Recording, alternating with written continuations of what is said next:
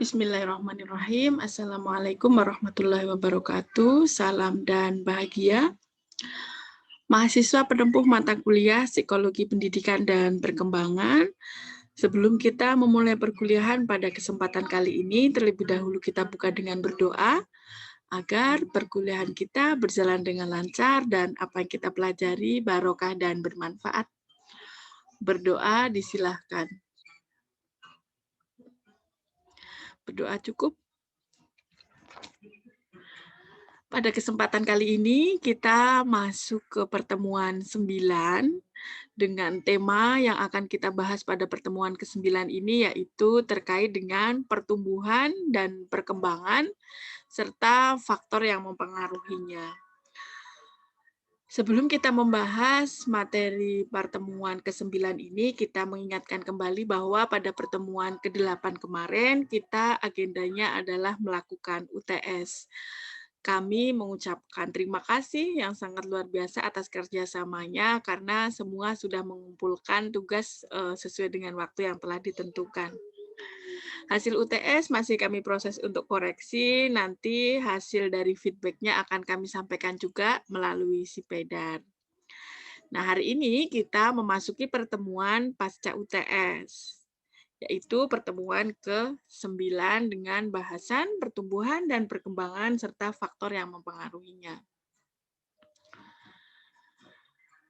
Saat kita membahas tentang pertumbuhan dan perkembangan, dua hal ini merupakan dua hal yang berbeda. Sebetulnya apa sih perkembangan? Apa bedanya dengan pertumbuhan? Mungkin Bapak Ibu sudah mengetahui ya lebih jauh, dan hari ini kita juga akan memperdalam apa yang kita pelajari, apa yang diketahui tentang pertumbuhan dan perkembangan. Berbicara tentang pertumbuhan dan perkembangan ini, menurut kami merupakan sesuatu hal yang sangat luar biasa dan sangat menyenangkan karena dengan mengetahui faktor-faktor yang mempengaruhi dan proses perkembangan dan pertumbuhan pada anak, kita semakin tahu bagaimana kita harus mempersiapkan diri untuk tumbuh kembang anak yang lebih baik. Nah, sebelum kita membahas lebih jauh, alangkah lebih baik kita melihat definisinya terlebih dahulu. Apa itu pertumbuhan? Apa itu perkembangan? Apakah sama? Pastinya berbeda. Nah, seperti yang diperlihatkan pada slide, pertumbuhan dan perkembangan merupakan sesuatu hal yang berbeda. Pertumbuhan dapat diartikan sebagai perubahan yang diukur dari aspek kuantitatif, seperti yang ditandai dengan bertambahnya tinggi badan, berat badan, dan lain sebagainya. Jadi diukurnya dikatakan seseorang atau makhluk hidup dikatakan tumbuh jika ada perubahan yang tadinya tingginya dari 80 menjadi 100, yang berat badannya dari 8 kilo menjadi 10 kilo. Itulah yang diartikan sebagai anak tersebut melakukan pertumbuhan. Pertumbuhan ini juga dijadikan sebagai salah satu ciri-ciri sesuatu dikatakan sebagai makhluk hidup. Namun, perkembangan sendiri tidak dijadikan sebagai salah satu ciri sesuatu dikatakan makhluk hidup. Itu artinya tidak selamanya makhluk hidup itu melakukan perkembangan, tetapi kebanyakan makhluk hidup melakukan pertumbuhan. Itulah juga yang mempengaruhi perubahan-perubahan yang ada pada makhluk hidup. Kalau dikatakan tumbuh itu adalah bertambahnya kuantitas dari ringan menjadi berat, dari pendek menjadi tinggi dan selanjutnya, sedangkan perkembangan sendiri diartikan sebagai perubahan yang diukur dari aspek kualitatif atau kualitas, yang ditandai dengan perubahan kecakapan, kematangan fisik, kematangan emosi, dan pikiran yang menuju kedewasaan. Sehingga seseorang dikatakan berkembang, yang tadinya tidak bisa berbicara, menjadi cakap berbicaranya, itu dikatakan dia bisa berkembang. yang tadinya tidak dewasa, yang tadinya emosional, menjadi perubahan, menjadi seseorang yang lebih dewasa, lebih mengerti, lebih bisa menahan emosionalnya, itulah dikatakan seseorang itu telah berkembang, telah melakukan proses perkembangan.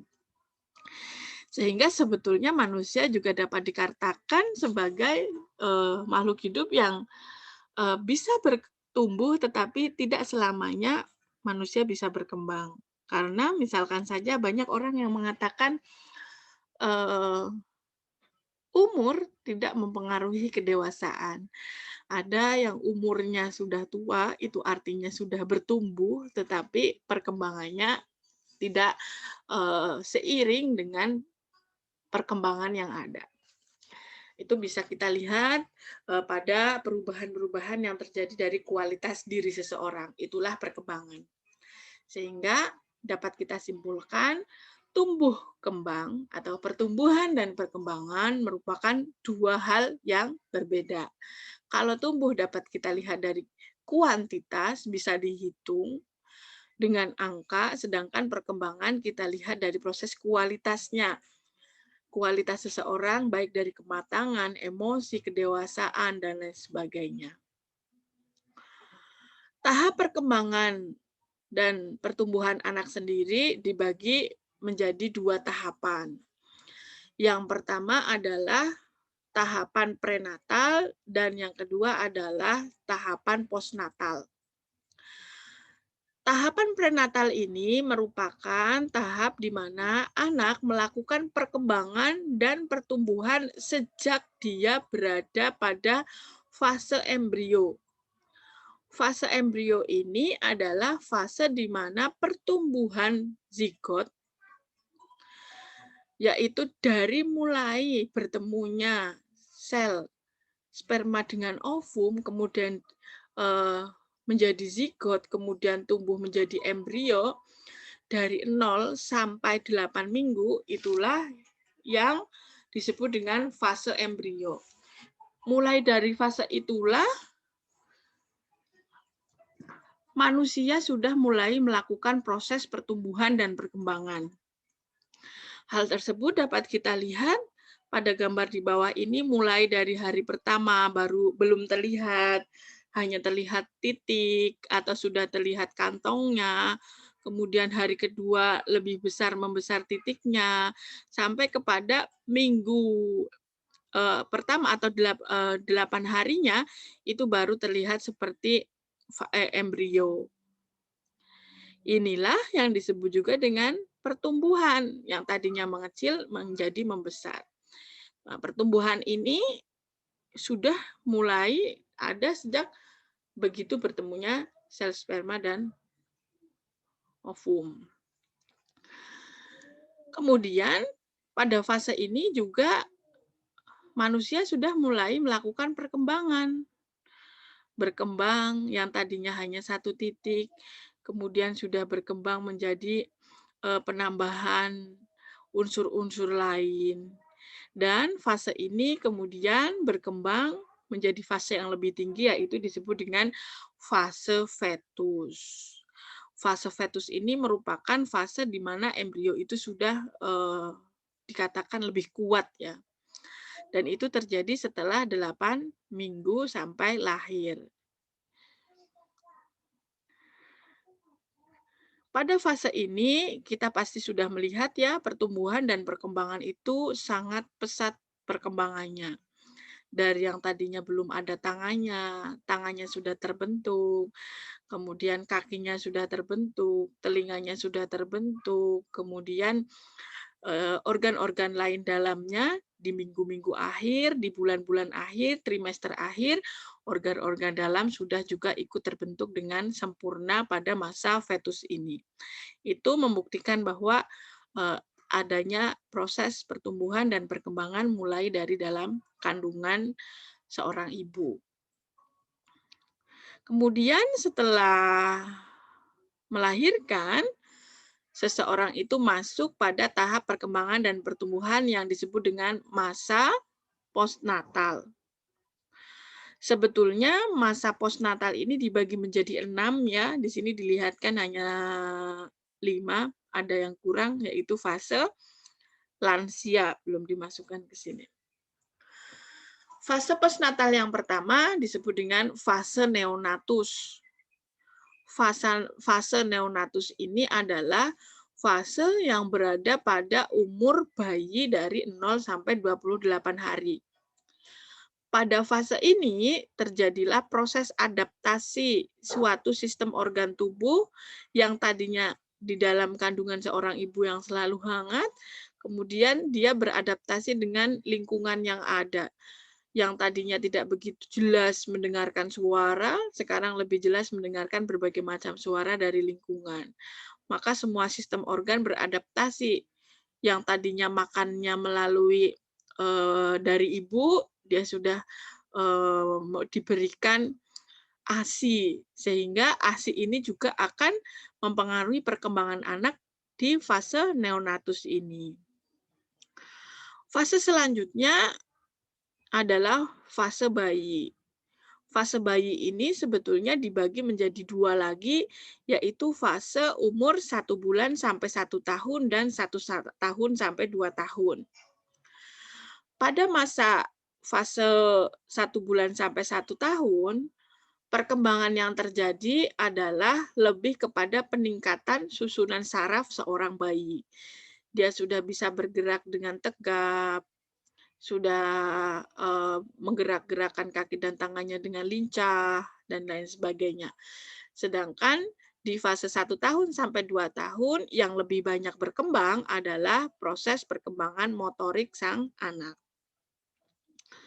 Pasca 2 tahun, seseorang memasuki pada fase usia prasekolah. Di fase usia prasekolah ini, pertumbuhan dan perkembangan anak dapat dilihat dari rasa ingin tahu anak yang sangat berkembang. Pada fase prasekolah ini, 2 tahun sampai 5 tahunan ya sebelum masuk ke taman kanak-kanak itu, mereka itu banyak atau sering menanyakan sesuatu yang ia tidak ketahui atau banyak nanya gitu ya. Kalau ada sesuatu pasti ditanya dan nggak ada berhentinya. Misal, "Mah, ini apa?" Spidol. Spidol itu buat apa? Atau misalkan kalau, kita bekerja, "Udah bekerja? Udah bekerja belum? Udah pulang belum? Udah makan belum?" Dan lain sebagainya, dia selalu banyak bertanya. Nah, salah satu alternatif agar, perkembangan-perkembangan ini bisa tumbuh dengan baik, maka, kita juga perlu mempersiapkan jawaban-jawaban, kesabaran-kesabaran yang, ilmiah, jawaban-jawaban ilmiah, karena pada masa prasekolah ini ingatan mereka sangat tajam. Sehingga kalau kita menjawab sesuatu dengan hal yang tidak ilmiah, tidak jujur, dan lain sebagainya, ini akan berdampak pada perkembangan pengetahuan anak, yang itu akan diyakini, dipercaya sampai dia dewasa. Jadi berhati-hati.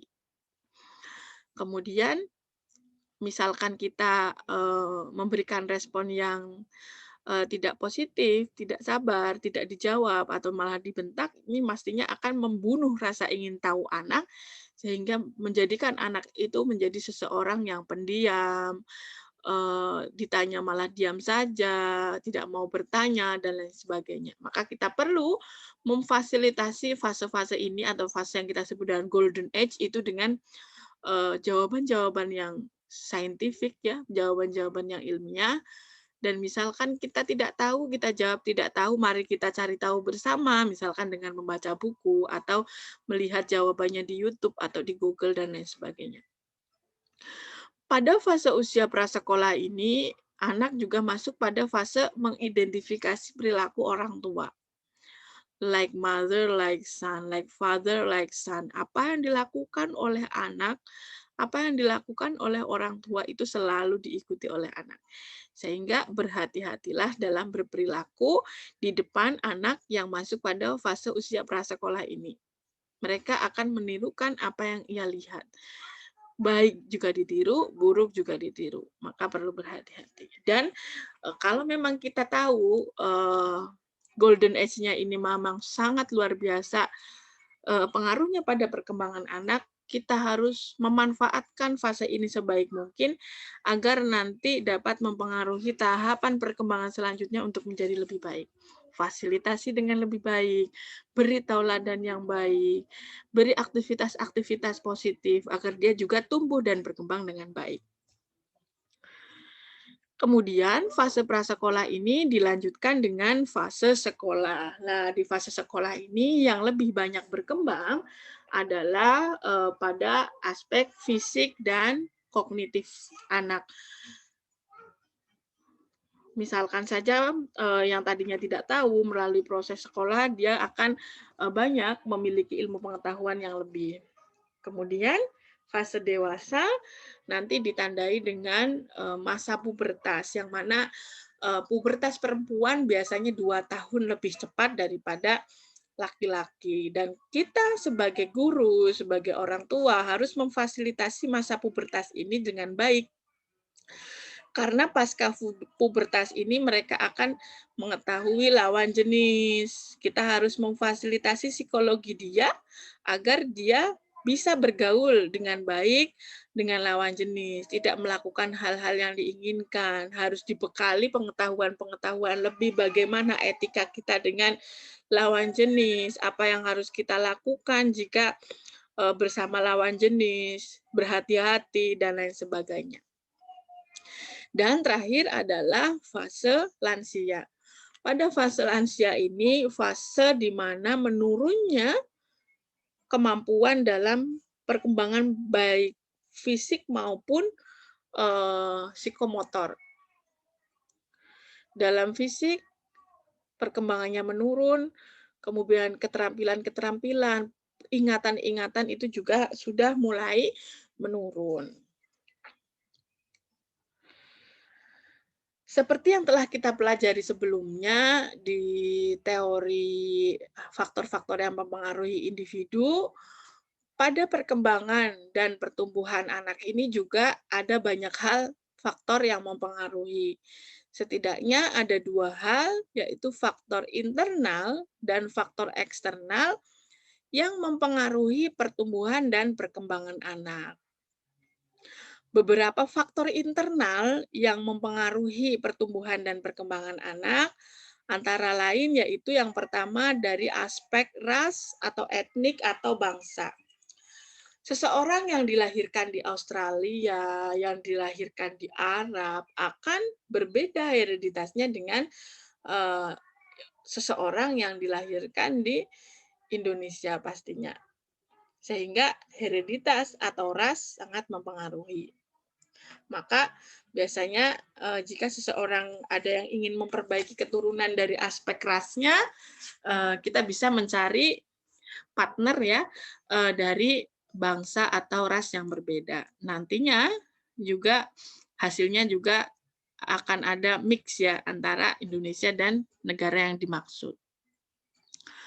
Kemudian faktor dari keluarga juga mempengaruhi pertumbuhan dan perkembangan anak. Misalkan keluarga tersebut memiliki kecenderungan postur tubuh yang besar, tinggi, itu biasanya akan menurun ke anaknya. Kemudian faktor internal lain adalah faktor yang mempengaruhi adalah faktor umur. Nah, umur ini anak dapat melakukan pertumbuhan dan perkembangan yang sangat pesat ada pada umur pranatal. Jadi di umur pranatal itu pertumbuhan sangat terlihat sekali. Faktor internal lain adalah faktor bawaan dari orang tua atau genetik dan faktor-faktor kelainan kromosom. Nah, ini yang perlu kita juga tambahkan pengetahuan terkait dengan kelainan-kelainan kromosom. Apa sih kromosom itu sendiri? Kromosom merupakan struktur yang terdiri dari protein dan molekul DNA. Jadi bawaan dari orang tuanya. Kromosom ini atau struktur yang terdiri dari protein itu bawaan orang tua dan molekul DNA juga bawaan dari orang tua ini akan menjadikan atau membawa penciri bagi anak tersebut seperti kemiripan wajah, kemiripan tubuh, kemiripan rambut, bentuk rambutnya keriting, lurus, ikal, dan lain sebagainya itu dipengaruhi oleh kromosom bawaan dari orang tuanya. Nah, biasanya tidak selamanya kromosom X dan Y, ini adalah contoh kromosom ya, tidak selamanya kromosom X dan Y ini jika bertemu itu selalu match atau klik. Ada masanya kromosom ini terjadi kelainan saat bertemunya kromosom-kromosom tersebut. Salah satu kelainan kromosom yang ada adalah kita sebut di sini contohnya adalah sindrom Down. Apa itu sindrom Down? Sindrom Down merupakan kelainan kromosom genetik 21 yang menyebabkan keterlambatan perkembangan intelektual dan perkembangan-perkembangan lainnya. Ini contoh ya. Ini contoh sindrom Down. Kenapa kok seseorang terjadi kelainan sindrom Down? Sindrom Down ini terjadi karena pada saat pembelahan sel itu terjadi genetik tambahan. Genetik tambahan ini terjadi karena berbagai macam faktor yang menyebabkan nantinya si anak ini memiliki penampilan wajah yang khas ya. Kemudian faktor lainnya yang mempengaruhi nantinya adalah ada cacat intelektual, keterlambatan perkembangan, dan berpengaruh pada penyakit jantung. Orang-orang yang berpotensi memiliki keturunan sindrom Down itu yang seperti apa? Menurut bacaan, artikel ilmiah yang kami baca terkait dengan pertumbuhan dan perkembangan ini disebutkan bahwa seseorang yang berpotensi memiliki sindrom Down ini antara lain disebabkan oleh adanya keturunan dari keluarga yang memang memiliki sindrom Down. Kemudian ada juga yang dipengaruhi karena hamil pada masa ibu yang sudah cukup umur. Jadi meskipun tidak selamanya ya. Jadi menurut artikel yang saya baca itu ibu yang hamil dalam umur yang sudah tua itu akan menyebabkan beberapa memungkinkan adanya kelainan sindrom Down ini. Kemudian kelainan kromosom juga bisa menyebabkan adanya sindrom Turner. Sindrom Turner ini berbeda dengan sindrom Down. Ini merupakan contoh sindrom Turner. Sindrom Turner ini merupakan kelainan kromosom yang disebabkan oleh hilangnya kromosom X. Jadi tidak ada kromosom X pada perempuan yang menyebabkan nantinya seseorang penderita sindrom Turner ini nanti akan mengalami gangguan-gangguan seperti tubuhnya tidak bisa bertumbuh, misal bertubuh pendek, kemudian dan mengalami gangguan kesuburan. Biasanya ada beberapa sindrom Turner ini yang beberapa tidak mens atau mensnya sangat terlambat. Kemudian ada beberapa yang tidak atau bahkan sulit untuk memiliki keturunan. Nah, seseorang memungkinkankah ada sindrom Turner atau sindrom Down ini sebetulnya bisa dicek ya genetiknya dari sebelum dia lahir. Jadi dari sampel cairan ketuban atau ari-arinya itu bisa dicek apakah nantinya si bayi ini lahir akan memungkinkan terkena sindrom Turner atau tidak, sudah kita bisa lihat dari kandungan. Maka biasanya sebelum lahiran kita harus cek ya, cek sampel darah, kemudian dicek apakah ada kemungkinan-kemungkinan, hal-hal yang, tidak normal dan lain sebagainya itu perlu kita laksanakan agar kita bisa melakukan pencegahan lebih dini. Nah, hal-hal yang dapat kita, siasati, kita persiapkan dalam proses pembelajaran pastinya, tidak selamanya karena, DIY khususnya setahu kami yang di kota itu sudah mengimplementasikan pembelajaran inklusif, sekolah itu dikatakan inklusif harus menerima semua siswa dengan berbagai keberagaman termasuk sindrom Down dan sindrom Turner ini, maka kita sebagai pendidik harus juga mempersiapkan proses pembelajarannya seperti apa. Mempersiapkan bagaimana agar tidak terjadi bullying di kelasnya. Mempersiapkan bagaimana kita memfasilitasi orang-orang sindrom Down di kelas, dan lain sebagainya. Nah, inilah nanti yang akan kita diskusi lebih lanjut saat kegiatan sinkronus. Selain faktor internal, ada juga berbagai macam faktor eksternal yang mempengaruhi pertumbuhan dan perkembangan anak.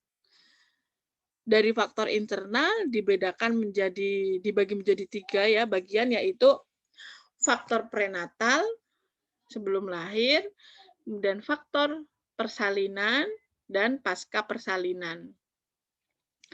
Jadi saat si anak itu masih dalam kandungan, seperti yang tadi kita sampaikan, dia itu sudah dipengaruhi oleh berbagai faktor yang mempengaruhi pertumbuhan dan perkembangan janin itu sendiri. Beberapa di antaranya adalah yang pertama faktor gizi. Faktor gizi yang diperoleh di anak saat masih prenatal atau masih di dalam kandungan itu sangat mempengaruhi tumbuh kembang si anak.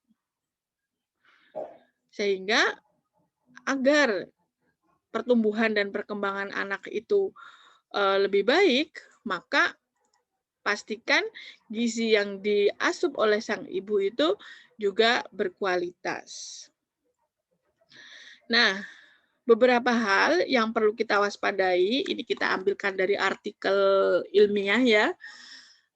Hal-hal yang perlu kita waspadai dan biasa dilakukan oleh banyak orang adalah ternyata daging ayam broiler yang kita makan, sering kita makan sehari-hari itu bisa menyebabkan berbagai macam aspek yang berpengaruh pada pertumbuhan dan perkembangan anak. Salah satunya adalah jika kita terlalu sering mengkonsumsi daging ayam broiler ini, itu dapat berpengaruh pada perkembangan otak, gangguan reproduksi, resiko kanker, dan salah satunya adalah menjadikan anak itu bisa lebih cepat tumbuh dan pubertas karena ayam broiler itu bisa besar dengan sangat cepat karena dengan disuntik ya. Nah, suntikannya itu mengandung zat-zat kimia yang mana itu juga berpengaruh pada tubuh kita jika kita terlalu sering memakan. Nah, berikut penjelasannya di sini disebutkan. Kenapa kok daging ayam broiler dapat berpengaruh pada otak? Di sini disebutkan bahwa saat menernak ayam broiler, biasanya peternak itu menggunakan antibiotik, yang mana antibiotik ini menyebabkan, karena antibiotik kan bahan kimia ya, menyebabkan nantinya saat kita makan, kemudian zat kimianya tetap masuk karena dia tidak hilang, dan nantinya masuk ke aliran darah kita yang menyebabkan kita jadi mudah sakit kepala. Jika ayam ini dikonsumsi secara terus-menerus, efeknya bisa memacu gangguan neurologis yang sangat tidak nyaman. Kemudian beberapa penelitian lain juga menyebutkan bahwa 97% ayam broiler itu mengandung kuman dan bakteri yang berbahaya. Dan ini dapat menyebabkan seseorang yang terlalu sering mengkonsumsi daging broiler ini menjadikan memiliki penyakit infeksi yang ditular melalui makanan tersebut. Gangguan lain yang dapat berdampak dari gizi atau terlalu banyak makan broiler adalah gangguan reproduksi. Biasanya petani, peternak ayam broiler ini agar ayamnya itu bisa sering bertelur dan bertelurnya banyak, maka si peternak ayam ini memberikan ayam broiler itu hormon sintesis. Hormon sintetis ini yang nantinya terserap oleh tubuh ayam, dia bisa banyak telur. Ayam yang kita makan itu akan mendapatkan mengalami nantinya orang yang banyak mengkonsumsi hormon sintesis ini akan dihadapkan dengan gangguan reproduksi yang bisa juga memicu kemandulan dan penyakit hormonal lainnya. Di samping itu, terlalu sering memakan daging ayam broiler ini juga bisa beresiko kanker dan beresiko banyak penyakit lainnya. Sehingga baik saat kita sedang hamil maupun tidak hamil, maka alangkah lebih baiknya kita mengurangi anak-anak untuk mengkonsumsi ayam broiler ini agar tidak mempengaruhi hal-hal buruk yang terjadi pada pertumbuhan dan perkembangan anak. Kemudian faktor lainnya, faktor eksternal yang mempengaruhi pertumbuhan dan perkembangan anak yaitu dari aspek mekanis atau saat di kandungan dia mengalami posisi fetus yang tidak normal. Misalkan ada pada posisi posterior, yaitu posisi di mana biasanya bayi itu normalnya itu kan menghadap ke tulang punggung ibu agar mudah lahir ya lebih lancar gitu. Namun ada kalanya ada bayi yang menghadap ke perut ibu. Nah, inilah yang disebut dengan posisi posterior. Nah, beberapa posisi ini juga kan akan mempengaruhi misalkan ada organ-organ yang terlilit, ada organ-organ yang tidak sesuai dengan tempatnya, itu nanti akan mempengaruhi entah peredaran darah kah, kemudian gizi yang masuk, nutrisi, mineral yang masuk terganggu, maka juga akan mempengaruhi pertumbuhan dan perkembangan janin. Kemudian ada juga yang disebut dengan fase melintang. Fase melintang ini biasanya janin membentuk posisi yang melintang dengan kepala dan kaki terdapat pada sisi kanan dan kiri perut ibu. Sehingga ini juga jika ada misalkan proses asupan gizinya, proses nutrisi mineral itu terhambat, maka nanti juga akan berpengaruh pada perkembangan si janin tersebut. Ada juga posisi sungsang misalkan. Kalau posisi sungsang ini berlebihan juga bisa berpengaruh sekali pada fisik juga. Misalkan pertumbuhan bayinya akan tidak seperti normal pada proses bayi lainnya. Kemudian faktor eksternal lain yang mempengaruhi pertumbuhan dan perkembangan bayi sejak dalam kandungan adalah toksin atau zat-zat kimia. Seperti tadi ya yang ada di ayam, juga zat-zat kimia yang mempengaruhi pertumbuhan dan perkembangan anak. Mungkin Bapak Ibu juga pernah melihat film ya, yang itu juga diambil dari kisah nyata bahwa Bapak Ibunya itu semua bekerja pada pabrik kimia, yang mana setiap hari pastinya bapaknya itu juga terpapar zat kimia yang membawa sel sperma, ibunya juga terpapar zat-zat kimia, sehingga saat adanya proses peleburan tersebut itu sudah mengandung zat-zat kimia, sehingga si bayi itu mulai dari kandungan sudah menciptakan antibodi yang beracun dari zat-zat kimia tersebut. Jadi tubuhnya itu jika terkena sesuatu itu bisa menyebabkan seseorang mati. Nah, Orang-orang yang pada film tersebut disampaikan bahwa, eee, bayi ini akan sangat cepat tumbuh dewasa, tiba-tiba besar gitu ya, karena zat-zat kimia yang ada pada tubuhnya. Sehingga zat-zat kimia yang diberikan mulai dari kandungan itu juga terbukti sangat mempengaruhi pertumbuhan dan perkembangan anak. Nah, ini salah satunya adalah yang disebut dengan teratogen. Teratogen ini merupakan agen asing yang dapat menyebabkan bayi cacat lahir akibat terjadinya kelainan perkembangan pada janin selama dalam kandungan. Teratogen ini dapat berupa zat kimia, infeksi, bahan asing, atau obat-obatan tertentu, bahkan penyakit yang dialami oleh ibu hamil. Nah, pada umumnya, kelainan yang terkait dengan teratogen ini disebabkan karena paparan yang berasal dari lingkungan, baik secara langsung maupun tidak langsung, disengaja maupun tidak disengaja, dan diperkirakan 4-5% kasus bayi cacat lahir ini disebabkan oleh paparan teratogen. Jadi berhati-hati saat ibu hamil, baik ayah maupun ibunya, kalau bisa tidak terpapar oleh zat-zat kimia. Dan tidak juga mengkonsumsi obat-obatan yang mengandung zat-zat kimia. Berikut merupakan contoh obat-obatan yang banyak mengandung zat-zat kimia yang jika dikonsumsi oleh ibu hamil dapat menyebabkan berbagai macam kelainan. Misalkan ada obat aminopterin. Obat aminopterin ini merupakan kandungan yang ada pada obat kemoterapi ya, yang biasanya memiliki efek samping menghambat kerja asam folat yang sangat diperlukan oleh perkembangan bayi dan pertumbuhan sel DNA janin. Hal ini, jika obat ini dikonsumsi oleh ibu hamil, pada artikel ini disebutkan bahwa dapat menyebabkan anak itu memiliki kelainan yang disebut dengan palatoskisis. Palatoskisis adalah bibir sumbing.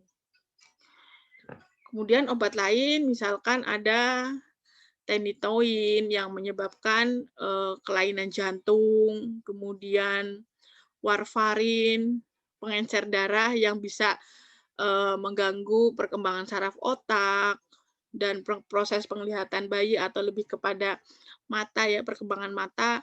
Kemudian ada SSRIs, itu adalah obat antidepresi yang memicu gangguan seperti eh, pernapasan, kemudian pencernaan pada bayi itu sendiri. Sehingga perlu berhati-hati dalam mengkonsumsi obat-obatan saat ibu hamil karena akan mempengaruhi juga pertumbuhan dan perkembangan anak. Kemudian hal-hal lain yang mempengaruhi adalah misalkan si penderita ada faktor endokrin, misalkan saja ibu hamil itu menderita diabetes mellitus, maka dia akan menyebabkan si anak mengalami makrosomia.